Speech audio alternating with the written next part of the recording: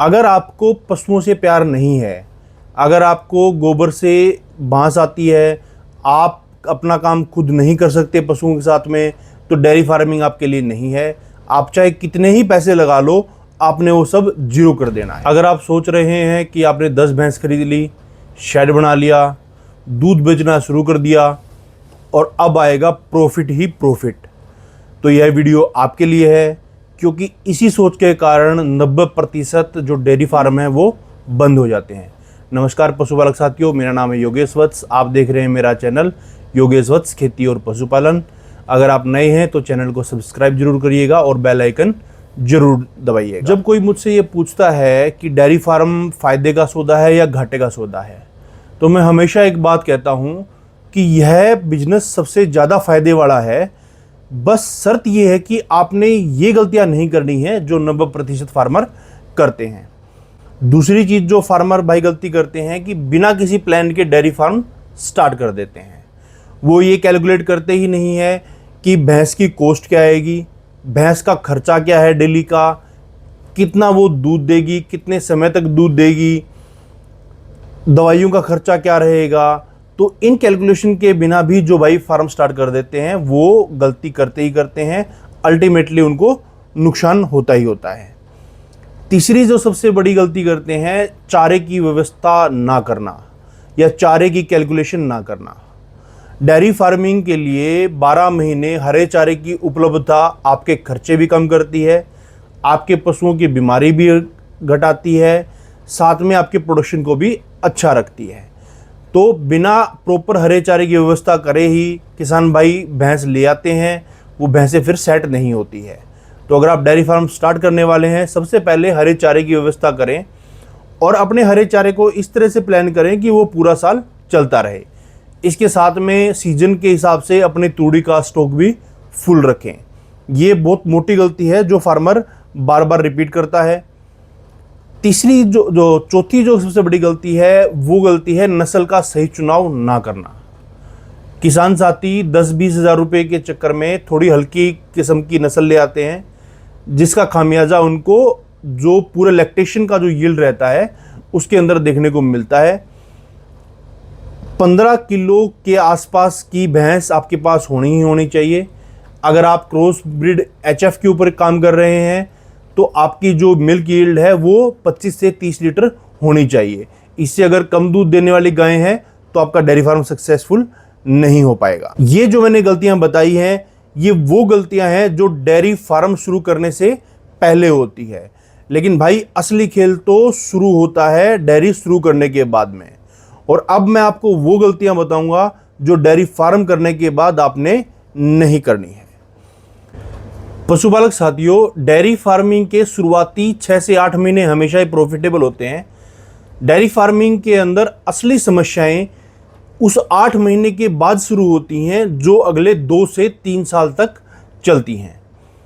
जो पशुपालक साथी ये 2-3 साल बढ़िया तरीके से निकाल जाता है, वही फार्मर आज की लाखों की इन्वेस्टमेंट को 10 साल में करोड़ों रुपए बना देता है। इस विषय के ऊपर पूरी डाटा वाइज एक वीडियो हम बनाएंगे नेक्स्ट, वो देखने के लिए चैनल से जुड़े रहिएगा। चौथी जो गलती करते हैं वो न्यूट्रिशन और बीमारियों को इग्नोर करना। अपने पशुओं की प्रॉपर वैक्सीनेशन जरूर कराएं। वैक्सीनेशन के अंदर FMD, गलघोटू और डीवॉर्मिंग पशुओं की प्रॉपर करते रहें, चाहे उनको इसकी जरूरत हो या ना हो। न्यूट्रिशन के मामले में जब तक आपका पशु प्रेग्नेंट नहीं हो जाता या आपका पशु कमज़ोर है तो उसका मिनरल मिक्सचर उसको थ्रू आउट द ईयर देते रहें, पूरे साल उसको वो ज़रूर दें। वैक्सीनेशन के मामले में अच्छी कंपनी की ही वैक्सीनेशन यूज़ करें। वैक्सीनेशन के मामले में डॉक्टर सलाह से बढ़िया वैक्सीनेशन का ही उपयोग करें। इस मामले में कोई भी कोताही ना बरतें, क्योंकि अगर एक बार आपके पशु को बीमारी आ गई तो वो आपकी पूरी पूंजी को ही खत्म कर देगा। इसके अलावा जो छठी जो फार्मर गलती करता है वो करता है दूध के ऊपर 100% निर्भर हो जाना। आप जो गोबर आता है आप उससे वर्मी कंपोस्ट तैयार कर सकते हैं, वो आपकी एक एडिशनल इनकम का सहारा है।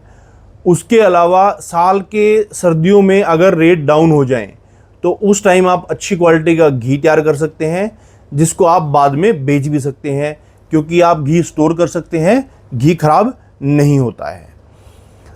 सातवीं जो गलती करते हैं डेयरी फार्मर कि बिचौलियों को दूध दे देते हैं।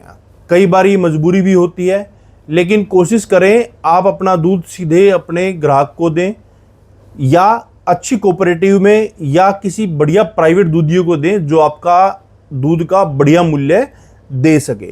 क्योंकि सिर्फ इसी चीज़ के अंदर आप अपना दूध कहाँ डालेंगे, 5 से 10 रुपये प्रति किलो का रेट का फ़र्क आ जाता है, जो कि आपका फ़ायदा ही फ़ायदा है सीधा। 8वीं जो सबसे बड़ी गलती करते हैं फार्मर, वो रिकॉर्ड नहीं रखते हैं अपने एनिमल्स का। भैंस ने कब बच्चा दिया था, कब वो दोबारा प्रेग्नेंट हो रही है, कौन सा बुल या कौन सा सीमन हम उस पर यूज़ कर रहे हैं। इन रिकॉर्डों का आपको लॉन्ग टर्म में हमेशा ही फ़ायदा होता है। यही रिकॉर्ड आपके जो बच्चे होंगे, जो काफ होंगे, उनकी वैल्यू को बढ़ाएंगे। एक जो भ्रम जो रखते हैं पशुपालक साथी कि वो हमेशा पीक यील्ड के ऊपर ही कैलकुलेशन करते हैं कि आज मेरी भैंस 15 किलो दूध दे रही है, तो वो अपनी जो कैलकुलेशन रखते हैं वो सारी उस 15 किलो दूध के ऊपर ही रखते हैं। आपको एक बात समझनी होगी, ये जानवर हैं, इनके अंदर जान है, ये मशीनें नहीं हैं। तो गाभिन होने के बाद इनके दूध के अंदर डिक्लाइन भी आएगा, ड्राई पीरियड भी आएगा, तो वो सारी चीज़ें एक साथ करके ही आप कैलकुलेशन करें। पीक यील्ड के ऊपर आप कैलकुलेशन ना करें। तो जो मैंने आपको चीज़ें बताई हैं, अगर ये गलतियां फार्मर भाई नहीं करते हैं तो उनको डेयरी फार्मिंग के अंदर प्रॉफिट से कोई नहीं रोक सकता है। दोस्तों, अगर आपको वीडियो पसंद आ रही है तो वीडियो को लाइक करिएगा, सब्सक्राइब करिएगा और वीडियो को शेयर कीजिएगा। धन्यवाद। ठीक है दोस्तों, जब कोई मुझसे ये पूछता है कि डेयरी फार्म फ़ायदे का सौदा है या घाटे का सौदा है, तो मैं हमेशा एक बात कहता हूँ कि यह बिजनेस सबसे ज़्यादा फ़ायदे वाला है। बस शर्त यह है कि आपने ये गलतियाँ नहीं करनी है जो 90% फार्मर करते हैं। सबसे पहली गलती जो फार्मर करते हैं वो ये करते हैं कि वो बिना प्लानिंग के ही डेयरी फार्म स्टार्ट कर देते हैं। अगर आपको पशु से प्यार नहीं है, अगर आप पशुओं को नहीं समझते हैं, तो डेयरी बिजनेस आपके लिए नहीं है, आप इससे दूर रहें।